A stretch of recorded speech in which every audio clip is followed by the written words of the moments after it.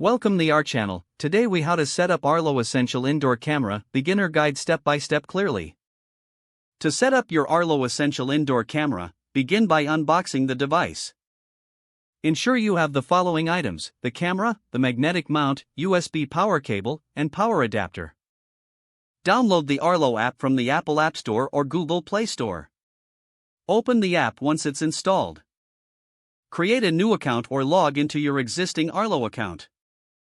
Make sure your smartphone is connected to a Wi-Fi network. Plug in your Arlo camera using the included power adapter. Place the camera on a flat surface for initial setup. When prompted in the app, tap on Add Device. Select Arlo Essential Indoor Camera from the list of available devices. Follow the on-screen instructions to set the camera in pairing mode. Press the sync button on the camera until the LED light starts flashing.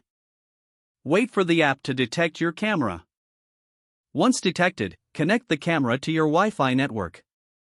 Enter your Wi-Fi password when prompted. The camera will then attempt to connect to your network. Once connected, the app will display a setup complete message. You can now choose to give your camera a specific name for easier identification. Set up your desired motion detection settings in the app.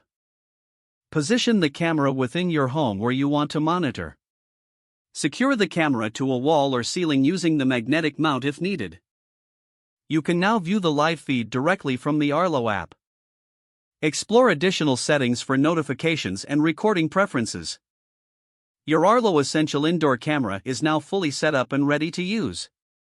If the page does not load, refresh the browser or try again in a private or incognito window.